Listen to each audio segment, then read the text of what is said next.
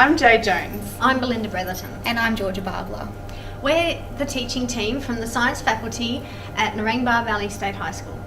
We are representing the junior secondary cohort, presenting you an overview of what we wish to implement in Year 7 Science. Our proposal today will look at example lessons, pedagogical practices, curriculum assessment and links to other learning areas.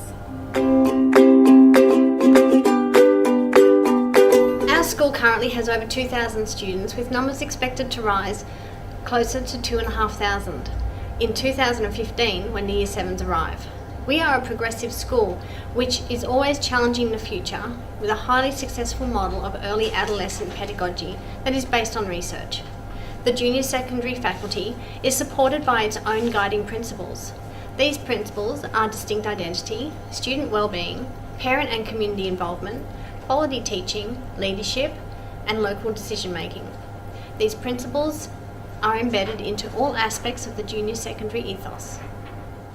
The science faculty strongly believes that the design and implementation of its junior secondary approach to curriculum, pedagogy and assessment closely reflects the objectives of the middle school philosophy to engage the learner, promote higher order thinking, advance numeracy and literacy skills, which also promote lifelong learning. The classification unit in Term 4 demonstrates strong links to real-world learning as students identify elements in their own lives which require classification. The first lesson in our sequence is a hook, which will engage students in the topic classifying. This is done by starting with the known and bringing that back into the topic.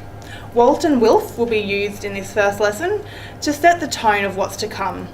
To help explain the concept of classifying, the teacher will use objects in students' pencil cases, where they have to sort the objects into groups.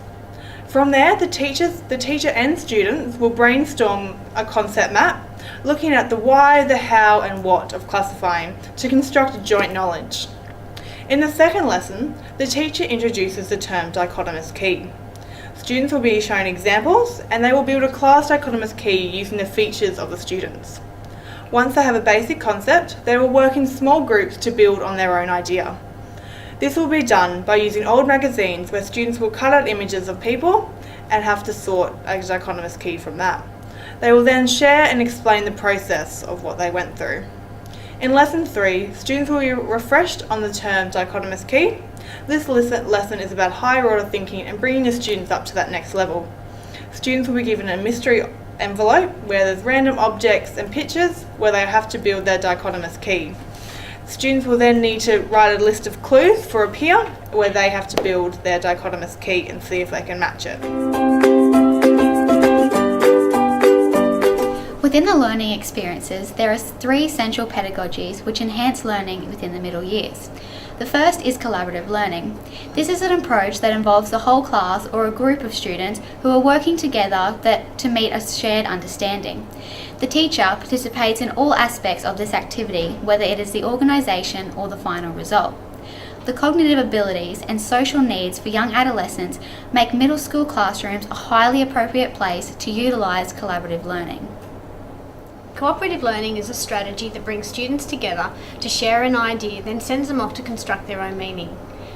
Cooperative learning as a macro strategy allows students to confidently take risks in a safe environment, process complex tasks, and experience content as viewed from multiple perspectives.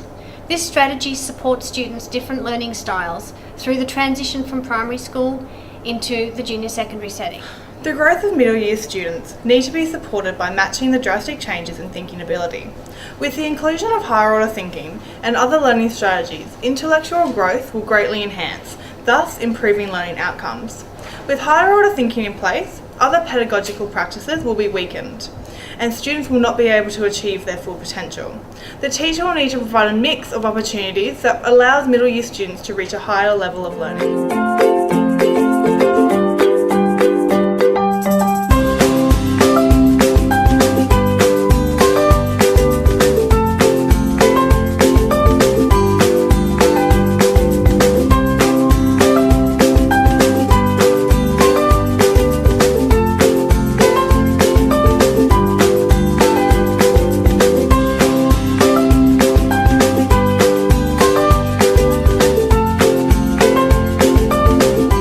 plan to utilise a synchronised approach by fusing the theme of classifying through both science and English while aligning with both prescribed curriculums. With this action plan in place, students are able to transfer and employ their knowledge of classifying from science directly into English to reinforce key literacy skills derived from the Australian curriculum English. The science meta language is incorporated into English to use in activities such as weekly spelling lists and homework tasks.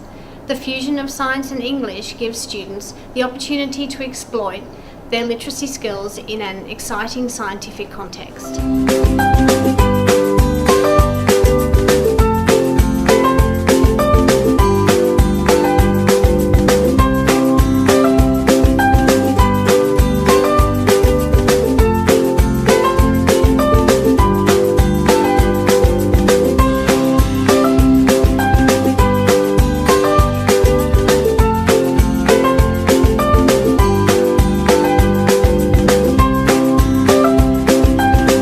Assessment procedures favoured in middle schooling are those that encourage students to take ownership of their learning in authentic, real-world context and authentic assessment.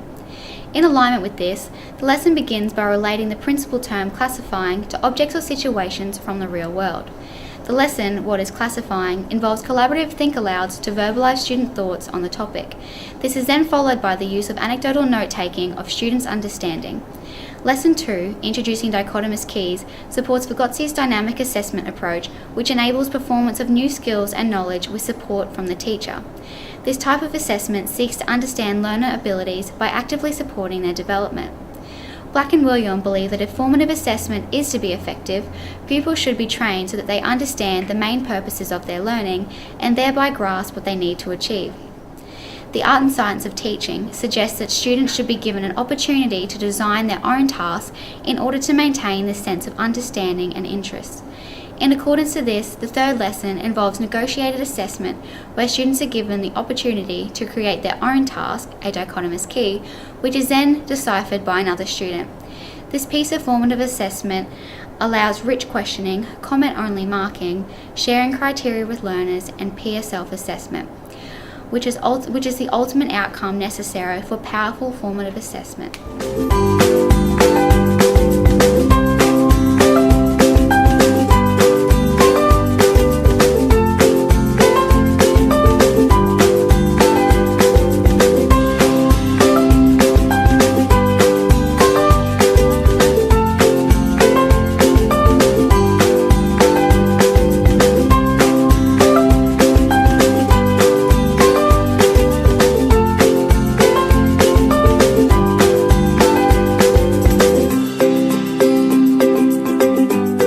The procedural approach to curriculum is based upon the notion that understanding and knowledge depend on constantly shifting interactions between students and their environments.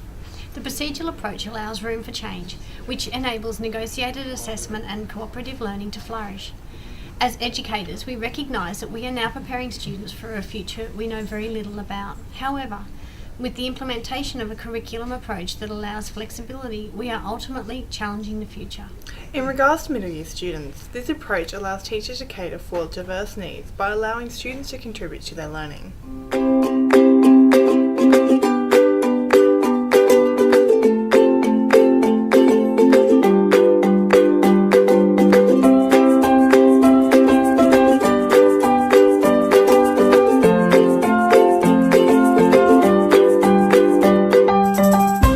We believe that with your support, together with our professional experience and knowledge, we can establish meaningful, rich and engaging learning experiences. Our goal of challenging the future with the aim of producing lifelong learners can be achieved by implementing our ideas on curriculum, pedagogy and assessment. We thank you for your time and we look forward to hearing your thoughts on our proposal for the junior secondary cohort of Narangba Valley State High School.